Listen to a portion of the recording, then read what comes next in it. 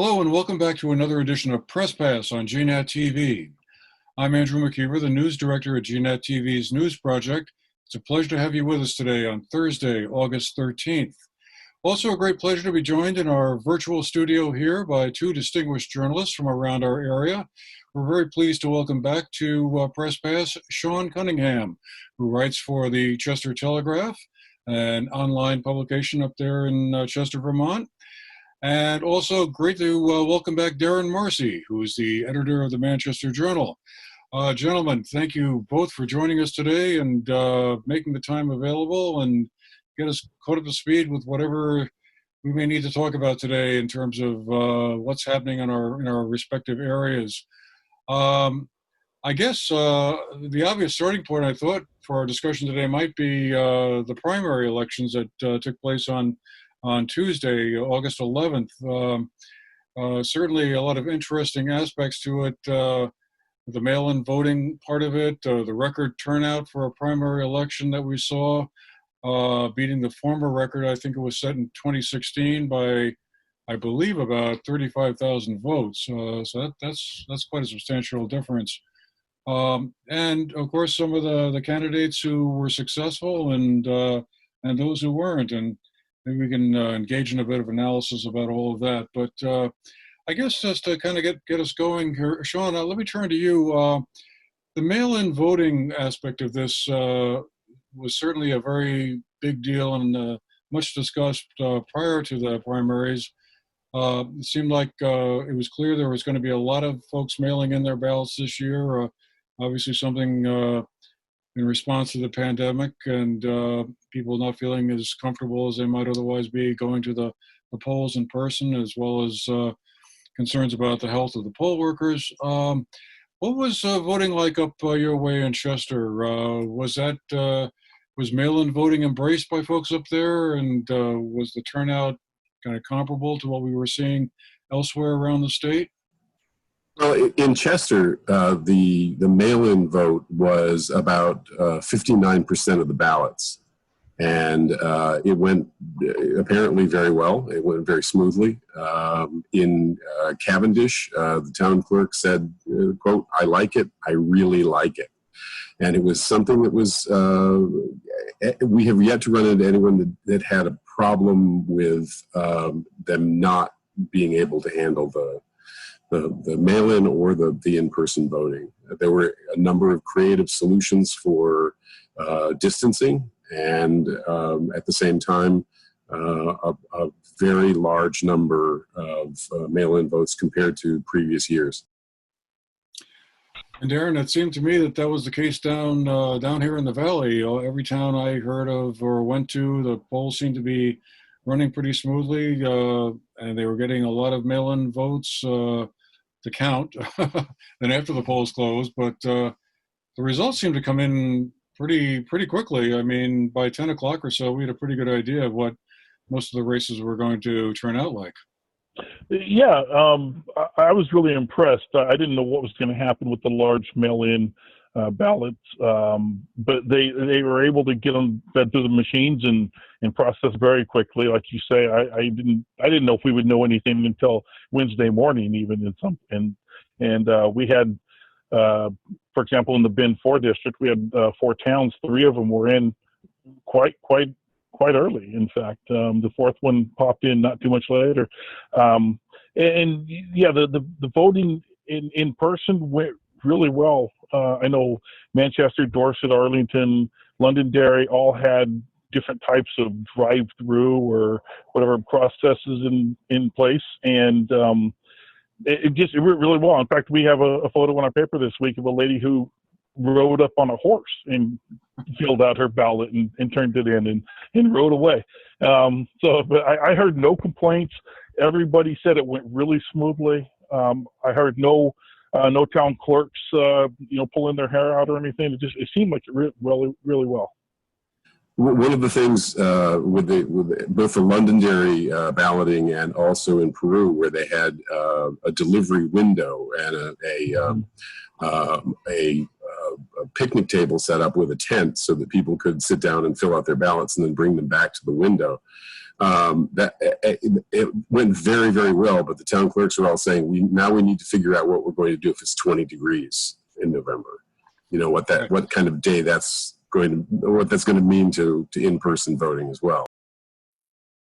Well, it seems pretty clear, though, that the mail-in voting option will be part of the picture in November. It would seem that will based on this experience in August, sounds like they figured out, kind of how to do this with a minimum of disruption, and it'll be probably the way a lot of folks will vote come this fall when the presidential election rolls around. I was just thinking we could maybe talk for a minute or two about some of these races here that were kind of interesting. Some of the outcomes, I guess, none of them were terribly surprising. I mean, David Zuckerman took about 44% of the statewide vote, beating Rebecca Holcomb, the former education secretary, who got about 35%. And over on the Republican side, Governor Scott, won by quite a margin over John Clark, about 72 to 22%. The rest were, I guess, the unmarked ballots. I was actually kind of interested in that Republican race because while the conventional wisdom certainly was that Governor Scott's handling of the pandemic this year has seemed to have drawn widespread praise, and he seems to be enjoying extremely high favorability ratings amongst all Vermonters, Republicans and Democrats. It sure seemed like around Manchester and down around here, there were an awful lot of John Clark signs, lawn signs out there. And I almost found myself wondering if some of Governor Scott's more controversial decisions, like with the gun control legislation he signed back in 2018 and the abortion bill in 2019, and then more recently the face mask, making that mandatory, where he had been reluctant to do that before, would sort of motivate a lot of Republican voters who might have voted for him, but thought he's becoming too much like a Democrat or whatever, might be thinking that way. And with a lot of people who would probably vote for Scott in the general election, perhaps taking out Democratic ballots because the Republican ballots were so thin when you got down past the lieutenant governor races. There weren't, I mean, at least over here, there was one write-in candidate for the state Senate, but there were no Republican candidates for the state House district. And I was thinking, wow, who knows? Maybe if enough of the Clark supporters got out there, we could see a stunning upset. But that thought was clearly incorrect. Yeah, one of the things that I noticed, every candidate that I talked to before the election, almost every single one of them said, this is a weird election. I have no idea what's going to happen. Even those who did fairly well still said, I don't know if I'm really reaching people or not, because I can't knock on doors and talk to anybody, or those kinds of things. So it was pretty much just a lot of sign waving and Facebook posts and things like that. So it was really hard to tell going into the election what was going to happen. And I agree, there's Clark signs all over, and it certainly seemed like maybe he had a lot of support. Obviously it turned out not to be so much. One of the things I noticed is that in the Manchester, Dorset, Arlington area, the Northshire area, the local towns tended to vote pretty much the same way the state results turned out. I saw no place where Clark, upset Scott, for example, in a certain town or anything like that. And the same for, the Democratic gubernatorial and lieutenant governor races. Pretty much everybody, the towns voted the way the state results turned out. Yeah, pretty much. So anyway, so the stage is set now for a matchup in November between Governor Phil Scott and Lieutenant Governor David Zuckerman, which will be kind of interesting. I'm sure they'll have some interesting conversations between each other between now and then. Actually, I was surprised that that Rebecca Holcomb actually did as well as she did, because I didn't expect someone coming out of, say, the education bureaucracy to be particularly popular, to get that kind of attention, and it was to me it was a good showing for her. Yeah, she got over 37,000 votes, which is interesting. I'd seen a poll a week or so ago which indicated that her name recognition around the state was not very high. About 60% of Vermonters, at least those who responded to the survey, said they didn't even know who she was or hadn't heard of her, which is kind of remarkable when you think she was the Secretary of Education when the highly controversial Act 46 was being implemented. But be that as it may, I guess she'll have to wait another couple of years before making another try for a statewide office. But the other interesting race I thought was, well, actually even more interesting than the governor's race was the lieutenant governor race, which certainly had a ton of candidates on both sides. I guess this is one of those moments when folks who have been kind of stuck in place at certain points in their careers saw an opportunity to maybe step up a notch. I guess I'm still kind of amazed that newcomer Molly Gray, who's an assistant attorney general, was so successful against Tim Ash, who really thought, had the resume, had the years of experience, was a leader in the state Senate. But Molly Gray beat him by over 10,000 votes and was successful at getting a lot of the luminaries of the Democratic Party establishment behind her candidacy. Former Governor Madeline Kunin and Peter Shumlin, several, Howard Dean, I think, also was one of her supporters. So that's going to be, I think, an interesting contest between her and Scott Milne, who was the winner on the Republican side by a fairly decent margin over Meg Hansen, was her next closest rival. She fell about 10,000 votes short of Scott Milne. Any thoughts on that race? Are we seeing any likelihood there where that could turn into be more of an interesting contest than lieutenant governor's races sometimes can tend to be? Well, I don't know if it's going to be interesting or not, but I know that Molly has already fired the first shot. She's challenged Milne to 8 debates, and if you've seen Mr. Milne on camera, he's not the most comfortable looking person in front of the camera during a debate. In fact, he infamously one time said that he was from the wrong hometown. He got his hometown wrong in a debate once. So, she's clearly taken that, and she took a shot at him, saying that he has a habit of going negative, and she's challenged him not to do that. So, she's already laying the groundwork that he's a negative campaigner and those kinds of things. And one of the things that I thought was also interesting is Miss Hansen, right here in our neck of the woods, she came out in comments after losing the election and took pot shots at the Republican Party. Or she didn't actually name the Republican Party, but she said that she felt like she had the whole state working against her, and it wasn't really a fair fight. So.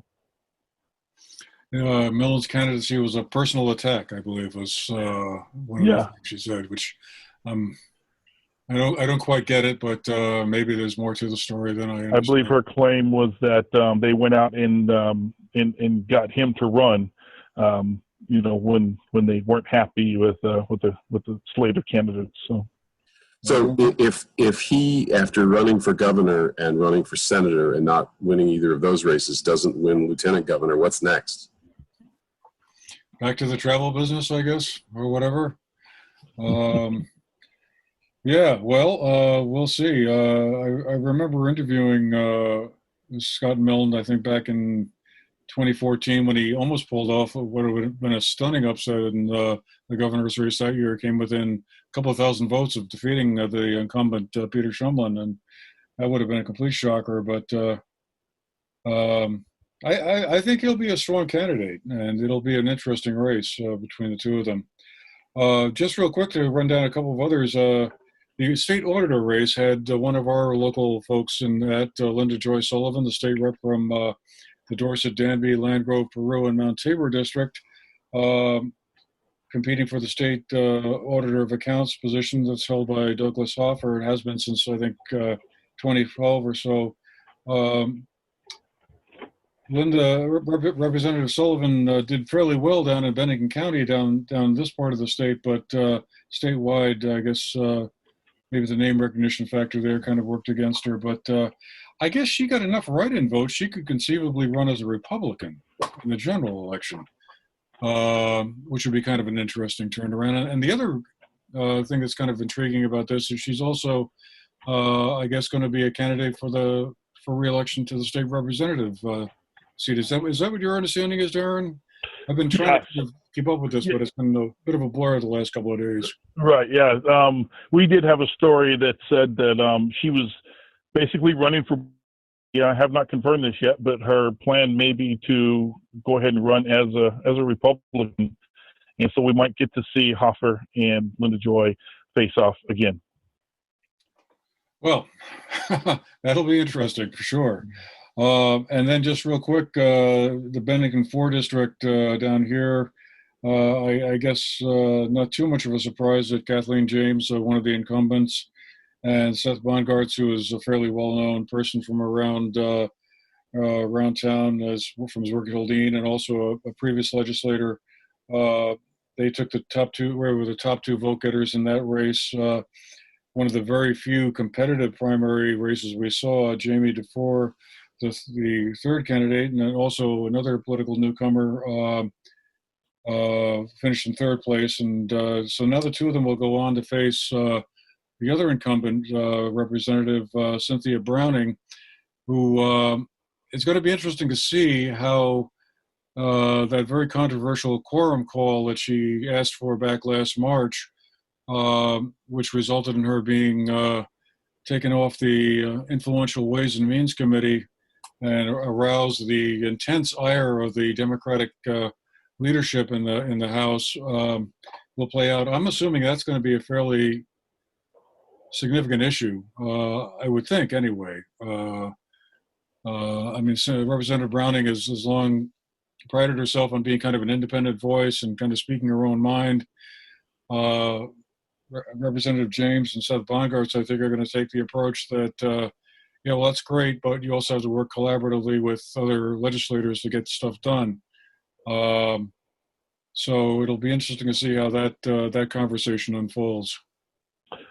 It'll absolutely, I think, be the most interesting race, at least locally, with as you mentioned, all that has gone on with the quorum call and that kind of thing. And then I don't want to say it's gotten nasty. I don't want to judge, but they've gotten pointed in their comments about each other in dueling letters to the editor, and we run their columns in the Manchester Journal on an alternating kind of a basis, and they've each used their columns lately to poke the other one a little bit and answer some of those kinds of things.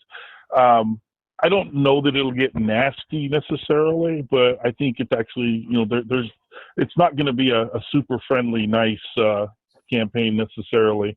So, but yeah, I like to see how that's going to play out, because you have Kathleen James, who was a more conservative Democrat centrist, I think she would call it, and Kathleen James is certainly to the left, the more progressive.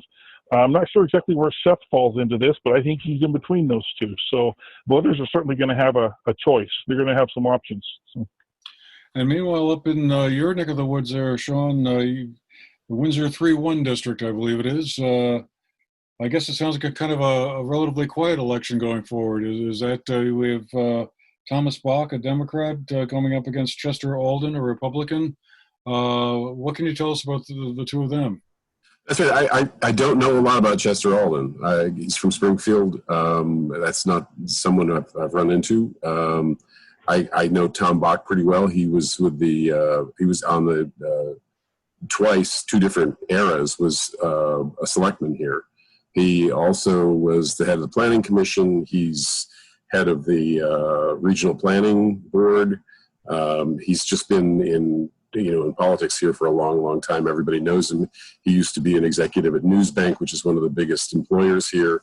So he's pretty well established, and I just, he's from Chester. Chester's from Springfield, and the district only is North Springfield. It's not the entirety of Springfield. So there's just a lot of people here who know and like Tom, and I don't really expect any surprises in the fall. All right. Well, we'll keep our eyes on that one.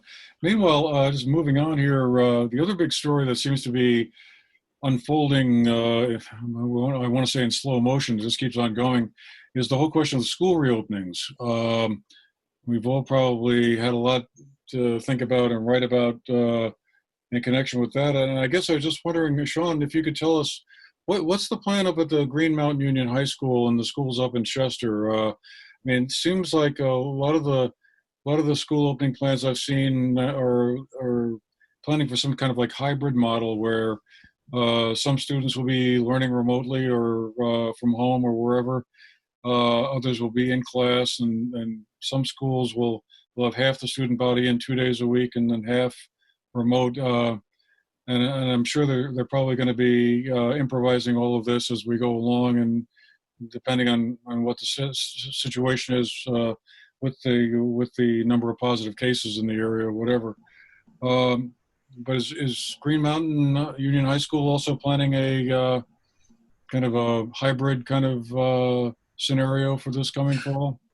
Yeah, what's happening is that in the Two Rivers Supervisory Union, which is made up of Mount Holly, Ludlow, Baltimore, Cavendish, Chester, and Andover, and the elementary schools in Mount Holly, Ludlow, Cavendish, and Chester, with one high school, which is Green Mountain in Chester. And they're going to be on a Monday, Tuesday, Thursday, Friday in-person schedule with a Wednesday remote day, because there were a number of people who were asking for kind of a break in the middle of the week for kids to get out of masks and not be, distancing and all that. So that's happening. And then the other option is for elementary students to have to participate in a remote, which is called the Virtual Academy. And that's going to be staffed by TRSU teachers. And middle school and high school have the option of going with a full-time remote that's being done by the Vermont Virtual Learning Cooperative. And some of that is being staffed by Green Mountain teachers, but also teachers from around the state. So it's a complicated model, but they keep asking parents what they're thinking, and they're doing some revising based on that and based on health considerations. And at this point, it's looking like in most of the schools, something like 70 to 75% of the kids are coming for in-person. And then some 19 to 25%, depending on the school, are going to be using the remote option. And then there's a handful, 20, 25, 30, we don't know, it is being updated all the time, who are going to be leaving school and homeschooling. And one of the things one of the problems that entails is that the state grant is based on the number of kids who are in the school. So when kids leave the school is going to lose some of their state funding. So that's a question as well. One of the interesting things I've been kind of intrigued with, Darren, is some of the schools down in our way here seem to be seeing a spike in enrollment. That so many people moved into the area since last March, or we're fleeing more heavily populated areas that we're struggling with COVID-19. Heard the word that Vermont was a safer place to be, and so now we have a lot more kids than we did last year, which I guess is a good thing, right?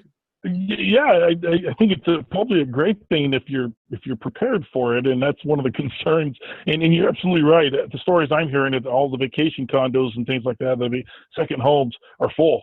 You know, people are here from wherever, and many of them don't plan on going back anytime soon.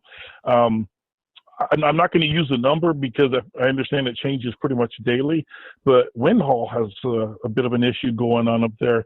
I mean, one of the last numbers I heard was they're up like something like 30 some students or something like that. And like I said, they said it was changing all the time. So I don't want to, no idea. It might be 20 or 50. I have no idea, but that's a problem. Yeah, well, it's a problem because I guess they're a tuition based district, a non-operating district, as the saying goes, and more students on the one hand is a good thing, but it also puts upward pressure on their school budget. The choice communities are going to be in tough shape because the people moving into those homes doesn't make them doesn't generate any more taxes than they did if they were not in them. So they're going to have probably a lot more tuition to pay, and a lot we're on the same money that they already have. Yeah, and I guess they're trying to get some kind of legislative reprieve of some sort where the penalty for blowing through the penalty zone there in your school budget won't be as dramatic, but that'll be one more thing that the education department will have to figure out, along with a rather large financial deficit they're going to be running. But I guess that's what they get paid the big bucks to figure that sort of thing out for, I suppose. We have just a couple of minutes left, and Darren, I just wanted to give you a moment here to maybe talk a little bit about your main story from last week, and that's the passing of Barbara Riley, who many people down here in Manchester know was in the past an extremely important and influential philanthropist. A number of places around town named after her. The Riley Rink at Hunter Park being one. The Riley Center for the Arts over at Burnburton Academy, and there were many other schools and organizations that were beneficiaries of her philanthropic generosity. That certainly, when I read that story in the Journal last week, it sure felt like the end of an era. Well, I'm dealing with some internet issues again here, so I hope you can hear me. Yeah, absolutely. Barbara Riley is a spectacular person, and is going to go down in into the annals of great North Shire residents, as you mentioned several of those names. We got Long Trail School, BBA, the North Shire Day School. I just can't even think of them, but we've got a couple of letters and a column in this week's paper with people adding more things that she contributed to. Well, I always will remember the concerts that used to be held over at the Riley Rink in the summertime. Some tremendous major top-tier talent that came to play in Little Manchester, Vermont. Was really quite remarkable to have the opportunity to see some of those performers right here in your backyard. Every year I keep thinking, gee, if only I could bring those back. But I guess we need another Barbara Riley for that. But anyway, well, I guess that just about wraps it up for today. I want to thank both Darren Marcy of the Manchester Journal and Shawn Cunningham of the Chester Telegraph for being with us today and sharing their insights into things with us. And we'll have to have you both back again in the not so distant future to keep us informed. I'll call my internet provider before we do it again. Okay. Yeah, get after those people. That's sorry, man. Anyway, well, thanks again, and thanks all of you for being with us today. We'll see you again the next time. Have a great day and stay safe, everybody.